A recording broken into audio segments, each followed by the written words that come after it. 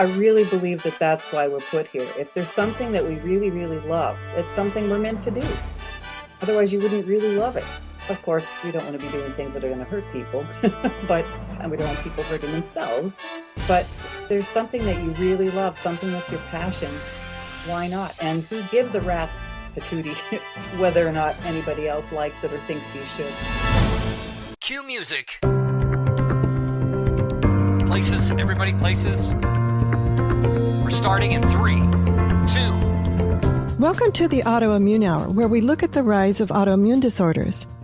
I've brought together top experts that range from doctors, specialists, nutritionists, researchers, and even those recovering from autoimmune to bring you the latest, most up-to-date information about autoimmunity and how to live your life uninterrupted.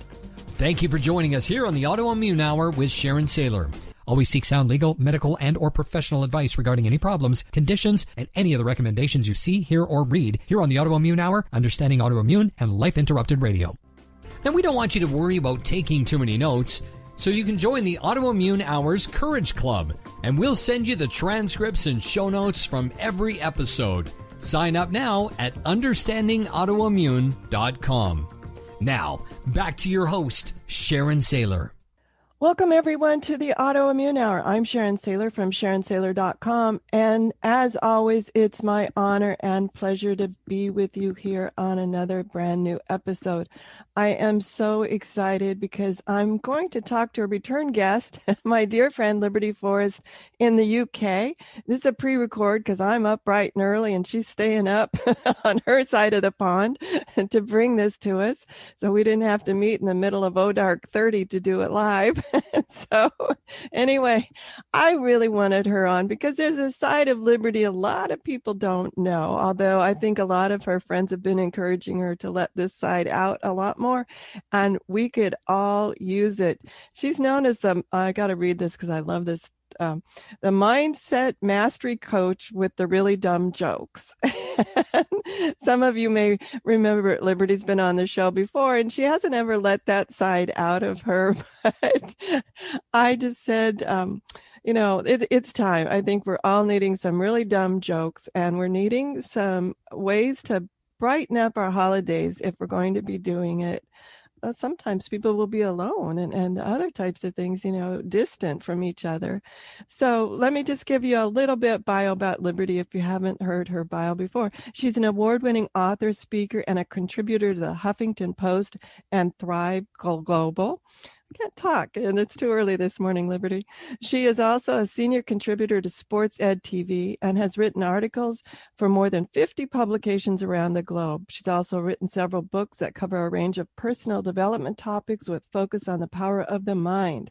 She's been on over 100 radio shows, podcasts, and summits, and mine, and she's always welcome back. And today I reached out to her and I said, she has a fun little character on social media, if you haven't seen it, called Witchy, who just says the most innocently strange things that make you go, huh.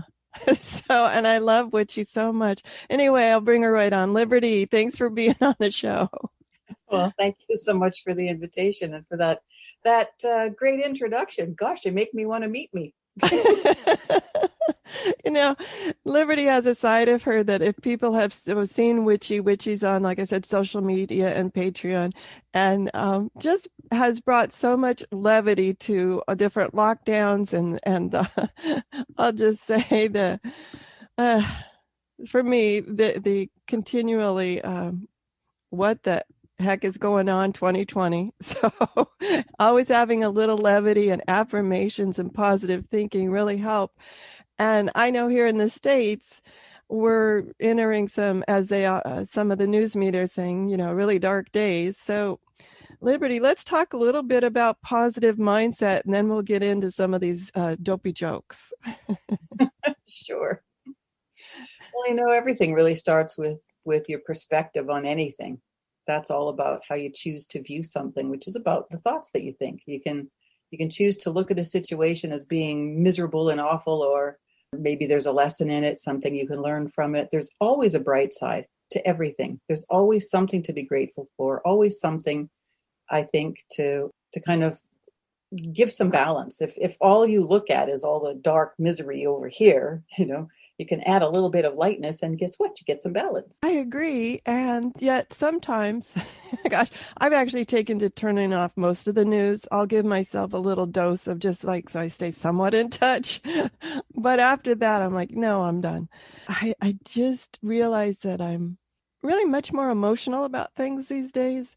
And so what tips do you have for balancing that? Sometimes when I hear some of the latest statistics of not just pandemic, but all sorts of other things, unemployment, et cetera, food lines, oh my gosh, it can just really bring you down. And when you're already immune compromised, I know that positive thinking, positive outlook is really important to keep our immune system strong. So what are a couple tips that in case we've OD'd on bad news, what can we use to quell that hangover? I totally hear you on that. I haven't read the news or looked at news on purpose for decades. I refuse. I figure if there's anything I really need to know, my friends will tell me.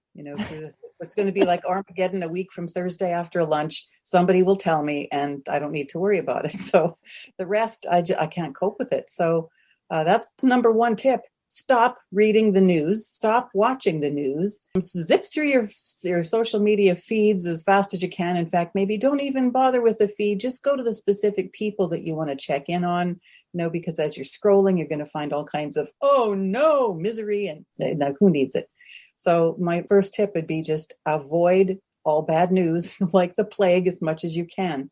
And tip number two would be then to deliberately seek out the great stuff. Go watch some inspiring TED Talks. Go watch some of those dumb videos on animals, the silly animal things, or go watch your favorite comedians. Go, check out YouTube or Netflix to find funny things to watch. Immerse yourself in funny and light and uplifting and inspiring. It's so easy to do. We don't need to gravitate to the miserable. There's plenty of happy, inspiring, wonderful stuff on the internet. And there are good news newspapers online as well. Absolutely. One of my favorite is The Daily Joy. Pamela Sylvans, we've had her on the show. She's offering this wonderful newsletter, and it's turned into a podcast now. So I'm really excited about that. And one of the things you mentioned to me when you were mentioning like the kinds of videos to seek out, I have to say my guilty pleasure are those ones where they do really cool craft things. You're like, wow, I never would have thought to do that with washcloths. Now, why I don't go make hippopotamuses out of my towels, but I just like watching it going, wow, that's so creative. I love those ones that are like, what do they call them? Like hacks or whatever, kitchen hacks or, things where weird stuff out of your house that you put together to do these really cool storage things or, other. Yeah, I do too. I don't know what it is about those. I don't remember any of them. I forget every one of them. But while I'm watching, I'm mesmerized and going, I'm going to remember that. And, I don't, but. I like, and sometimes I even share because I want to be able to see it again because I think, oh, I want to tell so-and-so about that. But the problem is how that social media goes, even with doing that. The other thing is, I always think of other people. I think, oh, well, so-and-so has one of those. I should call her and tell her how to use, what I just saw. Anyway, it's a great line opener if you've got good friends like, wow, remember that kitchen strainer you had? You want to know all the neat things you can do with it? Yeah, exactly. You can go build a fence out of it. Well, if you watch Pinterest, if you go through Pinterest at all, for sure. It's funny to me, those things. But anyway, yes, I just feel like laughing this morning. That's why I'm so happy you're here with us. Oh my gosh. So start the day, that's what I teach, when I work with people doing law of attraction and mindset mastery. And that's one of the things I teach is to start your day with laughter. Wake up with either with jokes or wake up with your favorite music or something like Happy by Pharrell Williams. How can you possibly not have a good day if you start your day with that one? That's really great. So I'm glad you're laughing. Absolutely. And we've had Valerie Shepard on, who's, among many other things, a laughter yoga expert. And she taught us how to just force a laugh. And at first I thought, oh, that is silly. That is really silly. But just getting up and forcing a laugh, it releases something in there. Well, obviously it releases all that stale air because you're forcing an exhale. But, you feel better even if you just start giggling for no reason. Although I suggest warning your housemates that you're giggling for no reason. I mean, it's just like. Otherwise, they really think, especially these days with people being locked up a lot, they wonder if you took off your pulley. Exactly. And you're just nuts most of the time. People just go, that's just her. And then, you could be absolutely nuts. It gives you license to do anything, be as nuts as you want because people just expect that from you. So it's good. Yes, absolutely. Absolutely. That's the best kind. I do have friends like that. Like they could say anything to me. I'm like, yeah, okay. Makes sense, I think. So, oh my gosh. Anyway, let's talk about some things. So we start our day with laughter. And what are some ways to, if we're feeling silly, talking to ourselves with positive affirmations like, I am strong, I am courageous. Some of those people tell us to do those kinds of affirmations. And when I first started those, even though I'm doing it in my head, I'm still self-conscious. Now, is that kind of weird or what? No, do you know what that's about? Usually it's because people feel awkward saying those lovely things about themselves. It's because there's something in here that says, I don't think I quite believe this. So, and it helps when you believe in affirmation, right? That's the point of it. So what I often tell people to do is to shift into a progressive statement. So instead of I'm strong and confident, when you're telling yourself really, oh, that's a big lie. I don't know, it's not me. You say something that is like opening the door to that. So you say something like, I'm becoming more confident every day, or I'm willing to be more strong and confident, or I'm open to being more strong, or I'm beginning to see myself that way. Something that's like, you can believe that, or, that you want to go there. So it's a progressive statement that starts to move you from where you're stuck feeling not at all strong to that other place. Otherwise, if you don't believe it, it doesn't really sit very well. It doesn't have much of an effect. You have to be able to believe it. Yeah, absolutely. I love that, those little door opener statements, those little softeners, because when I was first taught about affirmations and they were very directive, very poignant, just I am, fill in the blank, I kept hearing the mind going, really? You're still saying I am. You're still using the power of I am. You're saying I am willing to feel more confident. I am becoming more confident. It's still an I am, which is really powerful. So you have to be really careful what you put after that, whether it's I am, anything negative. You don't want that either. But yeah, those two words are really powerful. So it's a matter of softening that edge and saying something you can believe, that you're willing to go there. I love that. And something just came to my mind. I saw a medical professional friend earlier this week, and as we were talking, I was a little surprised that he was so definitive with his language and about medical issues. Like, I am, and he said, I am getting sick. And I'm like, oh my gosh, okay, let's just embed that. When we get into those situations, whether we ourselves have those lapses of those things, what are ways that we can instantly go like cancel clear? Just do that. Just say, just kidding. Just kidding. Really? I mean, just joking. Just joshing it. And say something that's more powerful and something that's more positive and that is actually what you want to be believing and feeling. And say it a few times. I was going to say, because it's those types of things just come out without thought, without deep thought into the meaning of what the unconscious mind is really putting around as saying those things, right? Yep. Oh, and one thing I've really discovered with people is a lot of people they'll call themselves positive thinkers, and generally they are quite positive people. However, I've noticed, for example, I was speaking with somebody the other day. It was a first appointment with him as a client, and he is a very positive man, and he's very successful. And as we were speaking, he was saying things. One thing he said was, well, I'm going to put a banner on this. And then he went, actually, I'm going to try to put a banner on it. And I went, oh, took a step backward. And I said, no, you're going to put a banner on it.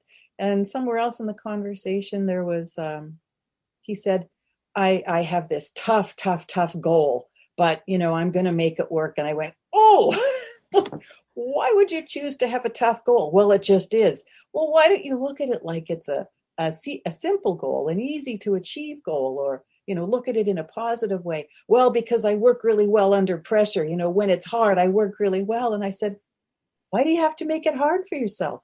Why don't you say things about how easy this is and how effortless, and this is so, it's going to just flow. He didn't understand, didn't realize, and I see this time and time again with people, even positive, successful people still shoot themselves in the foot without realizing it, until you've got somebody outside the box who can say, did you hear what you just said there? So, we do it without even noticing.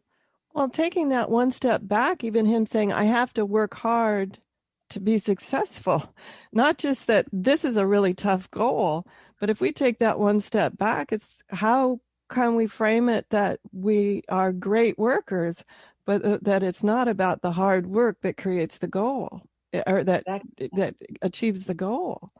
Exactly. That's what I said to him. I said, you don't have to make it be hard. You can look at it like it's just easy, and that's how it's supposed to be. What do you mean?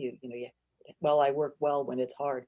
You can work well when it's easy. But it's just that mindset, and they don't even realize. And so many people are that way. I'm guilty of that. Even now, I still catch myself where sometimes a friend will say, did you hear what you just said there? Oh, right. We can still have these little lapses where something will bubble up, and there it is. And it comes from these deep beliefs because, well, I know, you're a hypnotist as well as I am. And we know about the power of the subconscious. And like 90% of our beliefs are unknown to us. And a lot of them are not doing us any favors. And a lot of them are not our beliefs. That's right. They were planted there, and we aren't aware of them until something like that comes up and you hear yourself say something, or someone points it out and you think, oh, let's get rid of that. But once you are aware of it, then you can do something about it. Yes. And what do we do? Because this is a really common one for me. We had Tricia Nelson on last week about emotional eating. And the one that popped into my mind as she was giving some of her information about emotional eating was a family history, especially of my aunts, of some boo-boo would happen as a child, and here, have a cookie, you'll feel better. And Yeah. I'm thinking about how that still is somewhat embedded, that if a boo-boo happens, even if it's, not a physical boo-boo, but in my own mind, I'm sort of ruminating on something, I really start craving those, even though that, in my mind, is somebody else's belief. It was sort of embedded in there. Yeah, they're really deep. And unless you sort of really look at them and figure out where they came from, well, you don't even have to do that. I shouldn't say that. It's one of the things, you can do that, but it ends up, I think, quite often what you end up doing is just focusing more on the negative. You're still focused. If you're trying to rummage around inside yourself and figure out where it came from, you're going to get more of the same. So one of the things that I've started doing more in the last couple of years, especially with, not just with myself, but with clients, is talking about the new thing that you want to believe. Focus more on that. It's about the law of attraction and changing your thoughts and shifting your focus. So in those moments, instead of, like, when you're aware of that now, you're aware that that's this embedded thing that doesn't serve you well. When that comes up, now you can start shifting your thoughts to something different, something that you want to believe about it, whatever that might be. Or if you're feeling emotionally out of sorts or whatever it is, what would be a belief that you'd want? What would be something you would want to be your go-to in that case? Oh gosh, to feel better. What would I want to go to? It could be something non-caloric, even, like, I think I'll go have a cup of tea. You could something to do with putting something in your mouth. You could even move to that, right? I'll go have a glass of juice, or I'll go, whatever the thing is. But the point is, if you know that's the thing that's happening that isn't serving you well, you can shift it so that when that bubbles up, you start telling yourself this other thing and focusing on that, seeing yourself in that desired behavior. And now you're kind of affirming that you're planting a new behavior and a new belief. Wow, notice how deeply embedded that was too, because I was having trouble coming up with an alternative. So to me, that tells me that's a, you know, something that if you can't come up with an alternative, that's why wonderful friends, coaches, things like that that you have in your life can point out that observer role, being in that observer role instead of in that first person role, where it is sometimes like, oh my gosh, I didn't know that I was kind of boxing myself in until someone else points out, hello, the door's over here. Exactly. And when it's a food related thing like that, you can have some alternatives ready. Maybe it's the granola bar, which still feels like a cookie, but it doesn't have all the stuff in it. Or maybe it's frozen fat-free yogurt with some berries in it, which tastes like ice cream, and it's a nice little treat. At least if you're going to have an eating thing related to it, it's kind of a shift into at least it's something that's good for you. Oh. And from there, you might be able to shift it again. But the point is you don't want to be, if the eating is not serving you well, it's not about what you're eating. I mean, it's not that you're eating, it's what you're eating. That's the problem. That's one way you can overcome that one. As I was reflecting on that comment I made about the cookie, though, and you were talking about it, I kept hearing it again and again and realizing it wasn't my voice. I know exactly whose voice it is. And that was helpful for me to dissociate from it, going, okay, well, that's not even my voice. That's not coming from me. That's an outside something people planted in me. That was helpful to go, oh, okay, interesting. And maybe that's why I didn't have an alternative. I don't know. It wasn't my voice, though. It was, I could definitely hear whose voice it was. Yeah, those are really powerful. And then if you can, when you're aware of it, you can, depending on, who it was or what other issues there might be around that, you can still sort of shift that and say, well, okay, that was that person's belief, but I choose to believe this when I'm feeling like this. It doesn't mean that in that first moment, you're not going to still want that cookie, but it's a process like everything else about changing your mindset. Once you're aware, that's the first bit. You have to be aware of the issues, where you're stuck or where anything kind of self-sabotaging is creeping up on you. And then you can move from there. You can have a plan. It's like a little strategy to say, well, I can do this or I can do that. I can go here. Absolutely. It works really well. And for me also, I know you and I have talked about it, but I add some of these things, these insights into my journal to help me go, oh, I've been thinking about that for a while, but also it just, sometimes getting it out on paper helps for me. Just get it out of my head and into a different spot. I totally agree with that. I love handwriting opposed to typing, the right computer, whatever you thingy, but it flows better from the heart when it's handwriting in a journal. But whichever way I do it, sometimes for me, that's all I need is to, if there's something I'm not quite sure what's bothering me, or I've kind of got a bit of it, but I don't really know why it's not sitting right. I can't talk today either.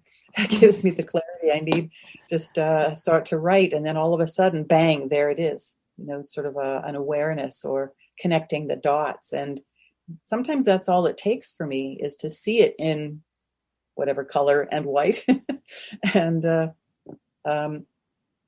then sometimes that's all it takes to just kind of let it go, whatever the it is. Like you said about this, realizing this is somebody else's voice. Sometimes it can be that simple that you just have that awareness and go, oh, well, I don't want to believe that anymore. I don't believe that anymore. That's not my stuff. That's over there. That's, somebody else's opinion. It doesn't have to be anything to me. And you took my mind in a creative spot too, that I started recently doing when I remember I have several friends that are artists, and they always write anything, send me a letter in multiple colors of ink. And I went and bought myself a set of multicolored ink. And, it is uplifting to write in teal green sometime, or write in purple or whatever to somebody. I had never done that, but I was surprised. If you're on video, Liberty's right. If you can't see it, if you're on audio, but Liberty's showing me her buckets and buckets of beautiful multicolored pens and brushes and things.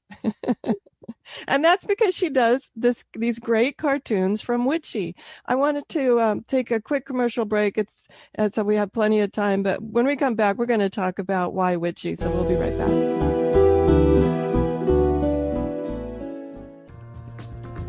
Life Interrupted Radio will return after these messages from our sponsors.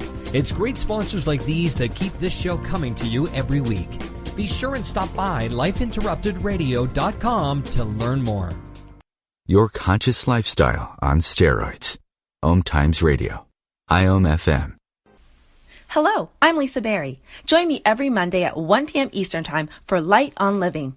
A chance to see new, hear different, and feel more as I shine the spotlight on all the ways to lighten the load of life's challenges. Light on Living is your link to that new way you're looking for, that new understanding that will enhance your life, and that positive connection that will support your growth. So join me and you'll gain insight and start to see things in a new way that motivates you. OMTimes Magazine is one of the leading online content providers of positivity, wellness, and personal empowerment. A philanthropic organization, their net proceeds are funneled to support worldwide charity initiatives via Humanity Healing International. Through their commitment to creating community and providing conscious content, they aspire to uplift humanity on a global scale. OMTimes, co-creating a more conscious lifestyle. Listen and imagine.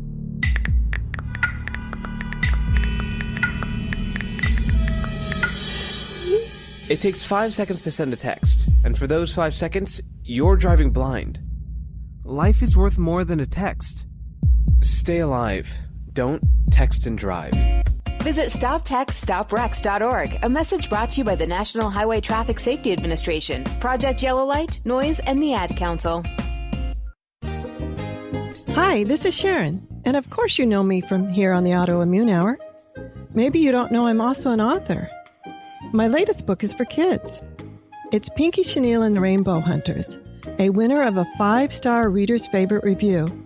It's perfect for your early reader and a great bedtime story for your young adventurers. Check it out over at pinkychenille.com. That's PinkyChenille.com. See you there.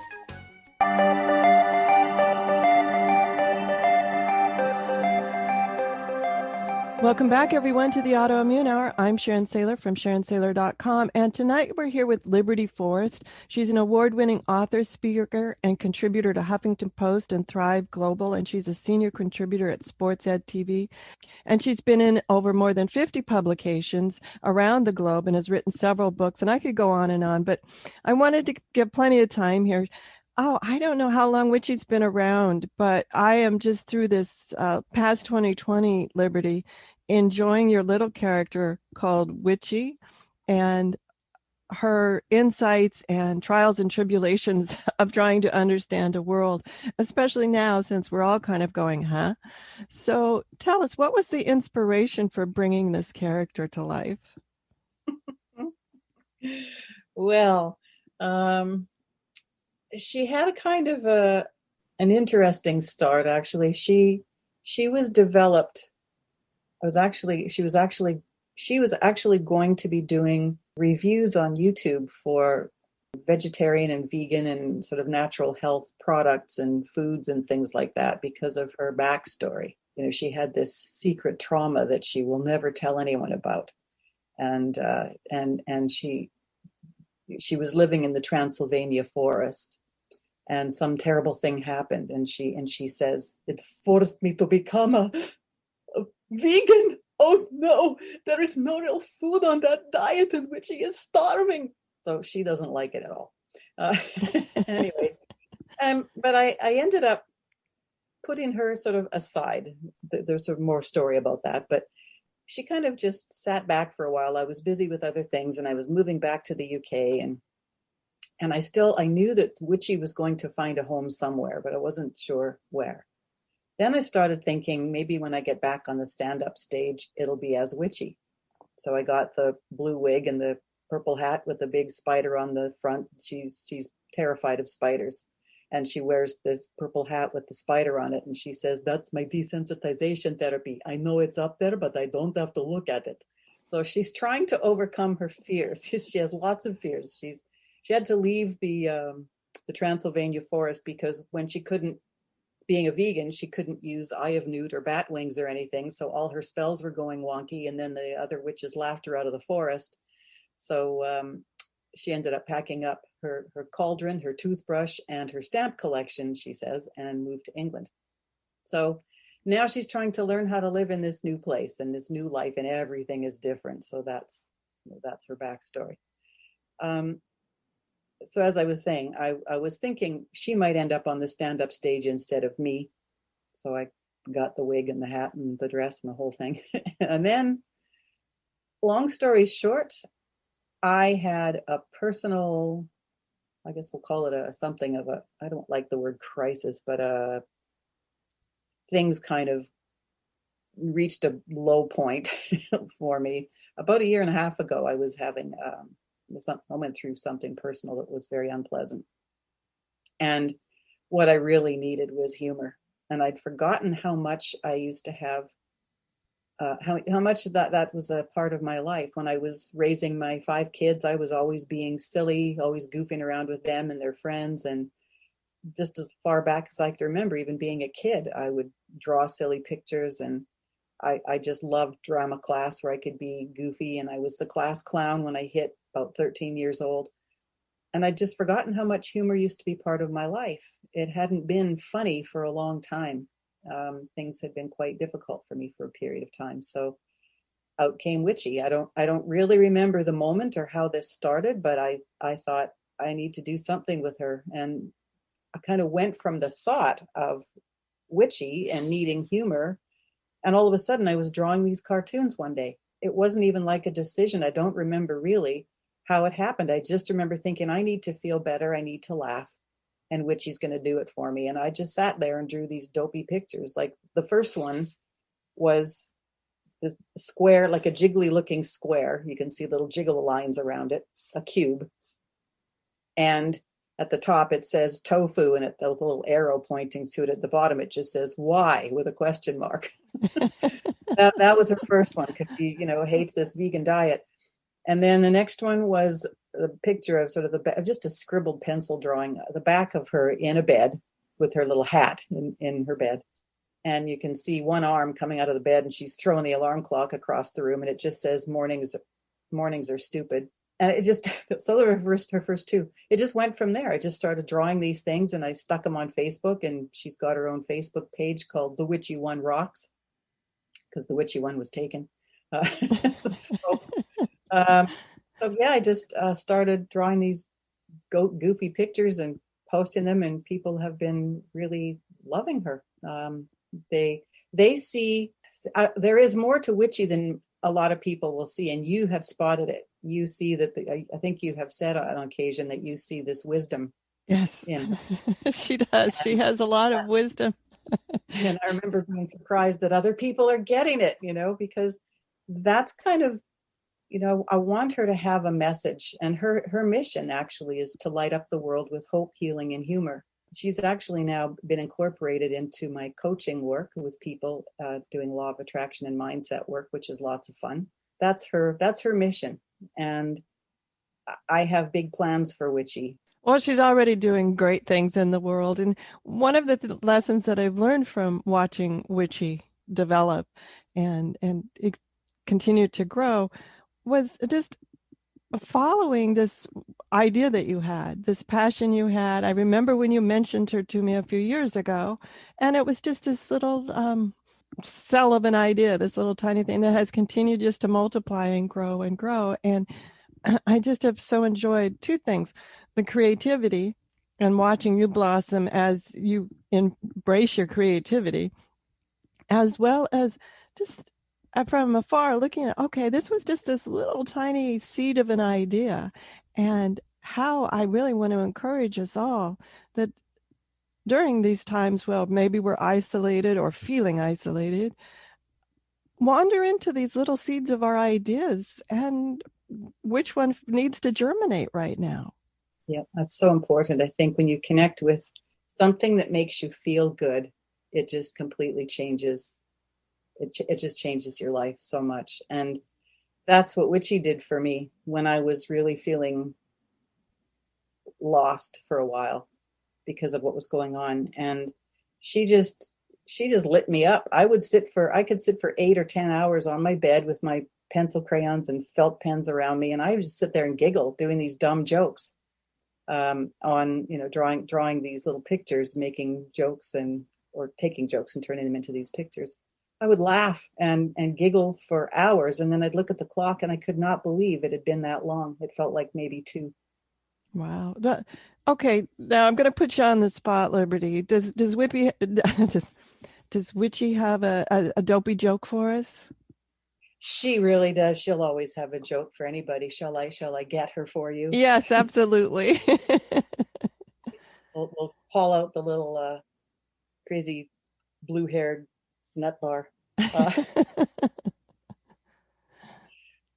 Oh, it is so good to be here to tell jokes. I love to tell jokes. That makes me very happy. Okay, Sharon, I love to see you. How are you? Oh, I am great. I'm so happy to see you and to hear your voice again. Oh, thank you. Thank you. I love to tell some jokes. How about the one word knock, knock? Knock joke. So knock, knock. Who's there? Weevil. Weevil who? We will only be staying a minute. Ha! Okay. Oh, here's another one for you. Knock, knock. Who's there? Ben. Ben who? Been knocking for 10 minutes. Oh, dear. That sounds like something my grandkids would say. Here's another one. Knock, knock. Who's there? Pudding. Pudding who? Just putting the final touches on painting your door. Oh, dear. Oh, here's a good one for you. What does the ocean wear on its head at night? I have no idea. What does the ocean wear on its head at night? A white cap. Oh dear. See, those are the ones where I have to stop. And I love those where I have to stop and think about the other meaning of the words. It's like, I'm a word nerd. So anybody knows the show knows I'm a word nerd. And I think those are the ones that I'm like, okay, what's the other meaning of that? Almost like Jeopardy game. What kind of a teacher passes gas? I don't know. A tutor. Oh dear. Okay, Witchy.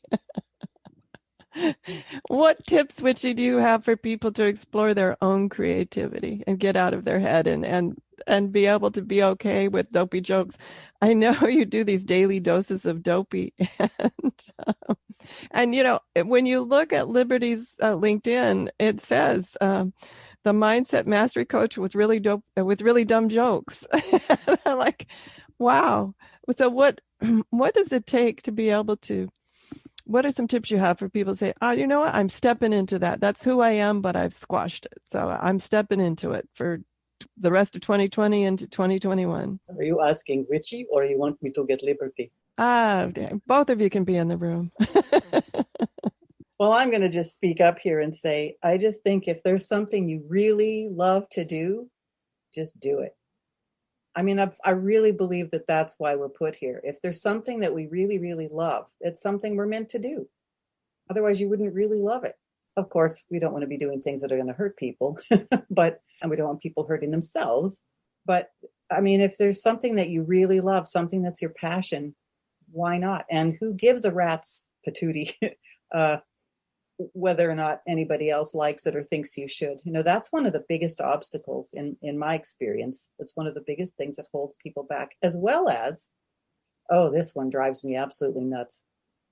For example, when people know that I can play the piano, they'll say something like, oh, I wish I could play. And I say, well, take lessons. And they say, oh, well, I'm too old. And I say, well, you got a pulse and you're conscious. And I would throw in there that there are many, many scientific studies that show our health improves, especially our mental health, when we challenge ourselves to learn something new, something different. Mm-hmm. And what I found interesting about several of these studies is it's not about continuing your expertise in that one area. Let's say you've studied something specific for one time, and it's not about continuing to learn more about that. It's about switching from whatever it would be, some pursuit, over to ballroom dancing or piano playing or music or singing or humor or comedy. Yeah. It's got to be something that you haven't practiced before.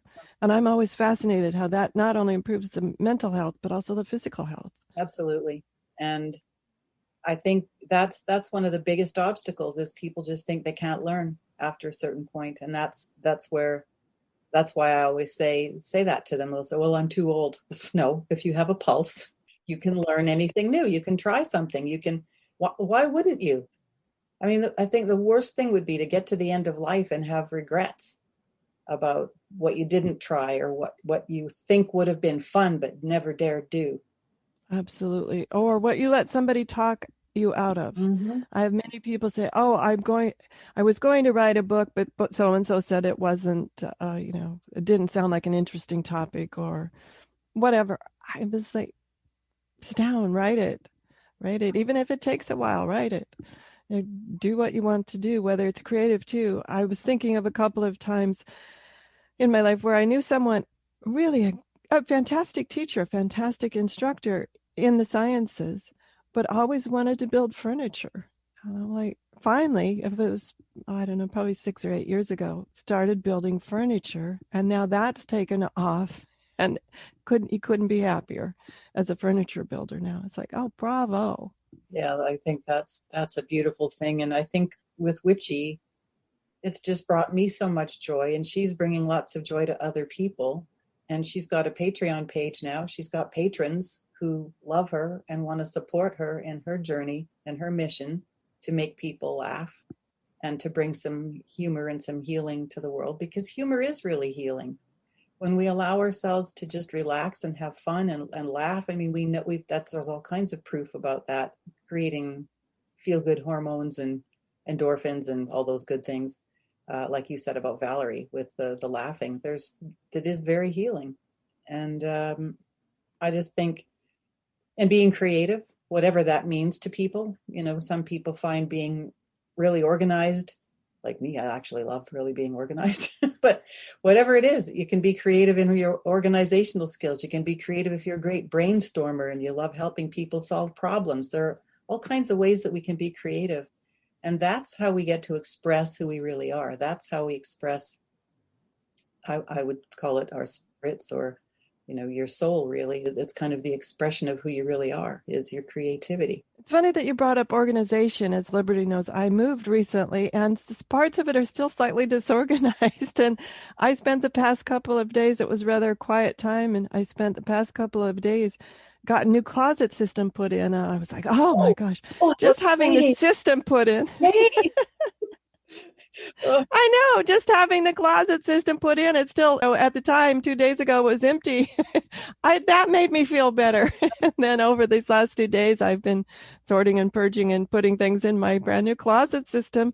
I slept so good last night with my closet. I know that sounds silly, but no, I so get it. I remember thinking when I was 9 and we had moved into we'd moved from Saskatchewan to Alberta, and so we had this new house, and my dad finally had put some shelves up in the basement for my mom, just basic 2x4 kind of things, nothing fancy, but where she could just store stuff. So there's this shelving, or a wall full of shelving at the end of the basement. I remember her standing there being, oh my, this is so amazing. Oh, look at all these shelves. Oh, this is so great. And I'm thinking, geez, why would you get so excited about shelving? Well, fast forward a whole bunch of years, and I've got 5 kids, especially when I was getting divorced and I left 3,000 square feet, moved to 1,000 square feet with all these kids and a lot of stuff. And oh my word.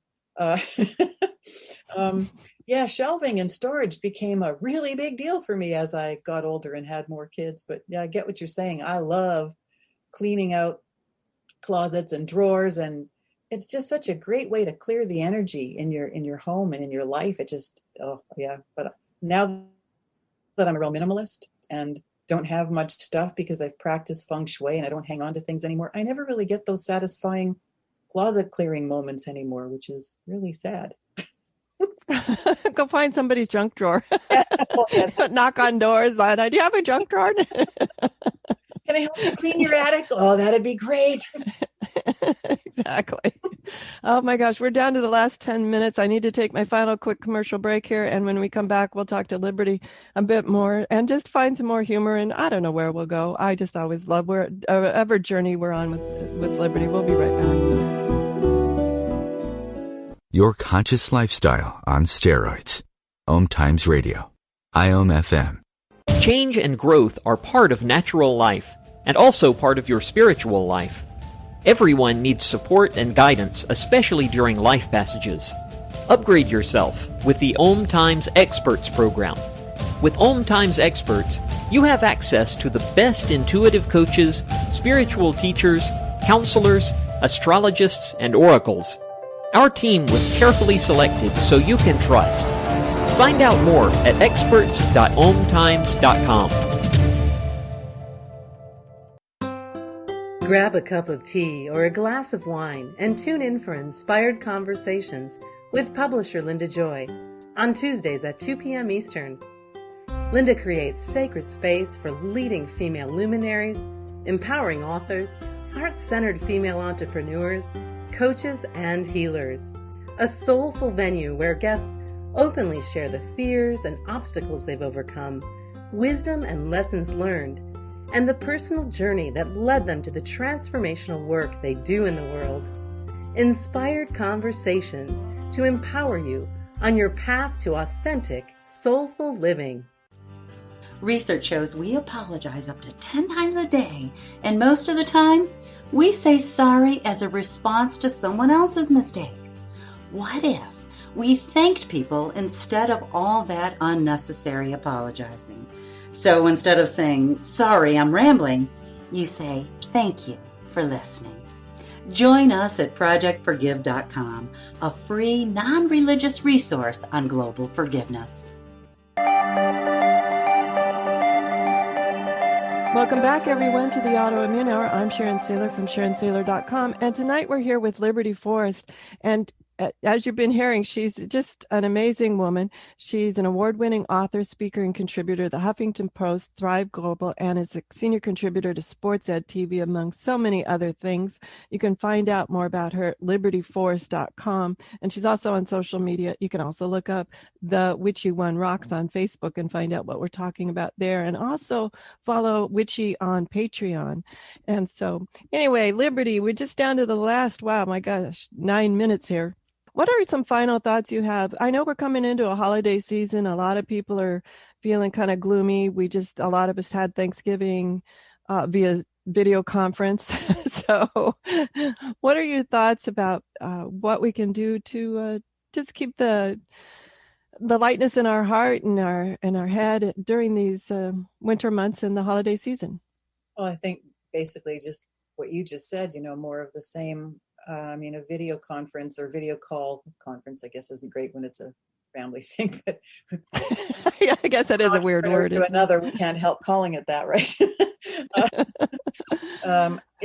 That is really important. Maintaining contact with the people you love is super, super important. And even if that just means sending a text message or sending a joke, find a joke online or a joke video or something funny, something that's uplifting and inspiring quote, anything that makes you feel good, send that to the people you love, share some time online with them if you can, or as often as you can.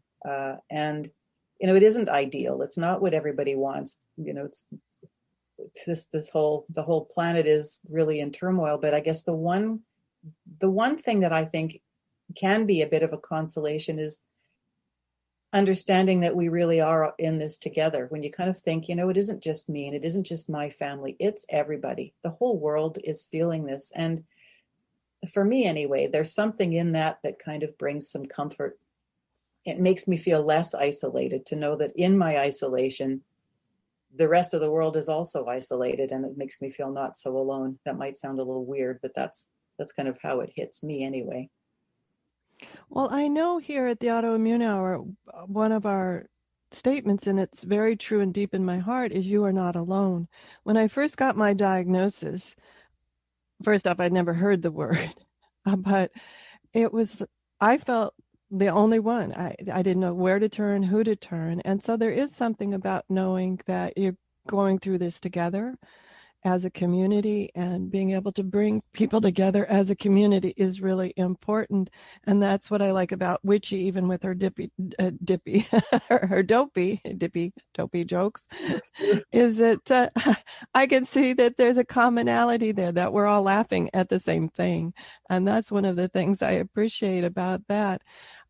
One of the things I like to do, and it harkens back to my childhood, was I used to take construction paper and glue and make little Valentine's Days cards around Valentine's Day. But sending cards that you either purchase or homemade cards right now, I got one the other day and it was just like, oh, it was just lifted my heart. Everything. I opened it. There was a lot of joy and happiness, and just knowing that someone had taken this time to cut out these little hearts and glue them on this construction paper. That part took me back to the days of childhood, creating these little Valentine's Day cards, creating anything for the holiday season, handmade. Yes. Yeah. Oh, but that's one way that things are really quite different this year, is people are starting to make more stuff and be more creative. And one thing that you can do too is even just meditating or sitting, I'll use that word meditating, but sitting in silence with your eyes closed. And if you're feeling particularly lonely, just close your eyes and be with your family. That makes me weepy thinking about it, because all mine are in Canada and I'm here in the UK. But you can just sit and close your eyes and be with them. You just remember them, and you just remembering times that you've been together, remembering those Christmases that you have been with them, and do it in a way that isn't sad. Do it in a way that's rejoicing and celebrating and finding comfort in those memories, and knowing that you will be together again. This isn't going to last forever. This is definitely not going to last forever. This is a kind of a long-term but temporary major glitch in the way the world is running, but it isn't permanent. It just isn't. I know this too shall pass is one of those phrases I learned years ago, and have been using it a lot in 2020, not just about the pandemic, about so many things. This too shall pass. And what can I learn from it? I think you're an expert in finding the gifts and making meaning of things. We're down to 4 minutes. I want you to share your contact information, how people can find out more about working with you and manifesting and law of attraction and mindset and mastering the momentum. So share with us some final thoughts and how people can get in touch with you. Final thoughts. Well, I have to just kind of sum that up, I guess, and say, when you change your thoughts, you change your life. For better or worse. Whether you're focusing on things that you don't want and don't like, you'll get more of that if that's what you keep thinking about. So better to think about the things you do want and do like. But that's, our mindset is so, so important. What you think is what you will create in your life. And I do love working with people on helping them to make the most of their thoughts and their mindset. And you can find me at libertyforrest.com. Forrest has 2 R's in it. And same on social media, Liberty Forrest on Facebook and on Instagram. I never bother with Twitter, but I'm there too. That probably sums it up. LinkedIn, yes, where I am the Mindset Mastery Coach with the really dumb jokes, because no day is complete without a really dumb joke. That's true. And so if Liberty and or Witchy will take us out with a dumb joke, that would be great. Or 2. Let's throw in 2 if she has 2. Oh, good. I'm so glad I got some jokes for you again. Here we go, real quick. What do you call a torn piece of paper? A torn piece of paper. I don't know. Terrible. Terrible. Oh, dear. See? Okay. And why did... Oh, wait a minute. Oh, I like this one. This is a good one. Why did the football coach go to the bank? I don't know. Touchdown? To get his quarterback. Ha! Oh, dear.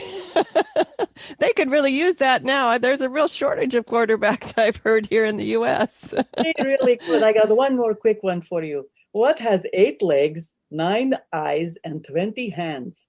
Oh, my gosh. I have no idea. It sounds scary. I don't know either, but it's crawling up your leg. Oh, dear. I think of my grandson when I hear that one. Not only would he love that, he would repeat that consistently and constantly.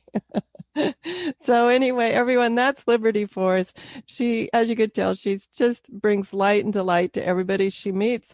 And she's an award-winning author, speaker, and contributor to Huffington Post, Thrive Global, and senior contributor to SportsEdTV, as well as so many other things. You can find her at libertyforrest.com.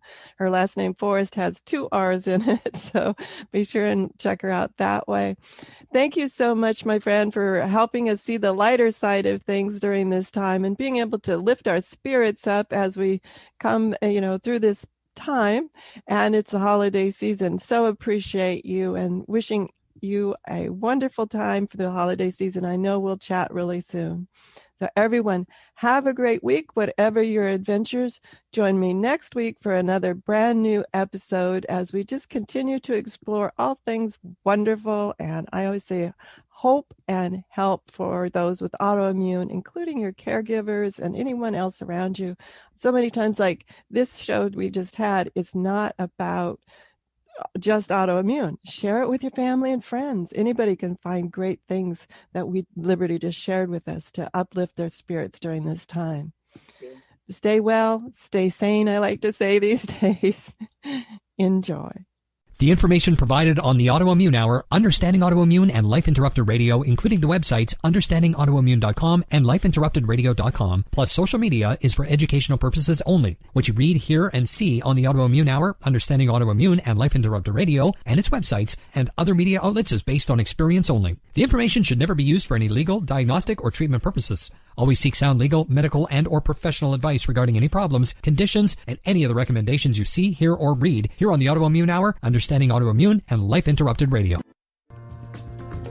Life Interrupted Radio will return after these messages from our sponsors. It's great sponsors like these that keep this show coming to you every week. Be sure and stop by lifeinterruptedradio.com to learn more. Hi, this is Sharon, and of course you know me from here on the Autoimmune Hour. Maybe you don't know I'm also an author. My latest book is for kids. It's Pinky Chenille and the Rainbow Hunters, a winner of a 5-star Reader's Favorite review. It's perfect for your early reader and a great bedtime story for your young adventurers. Check it out over at pinkychenille.com. That's PINKYCHENILLE.com. See you there.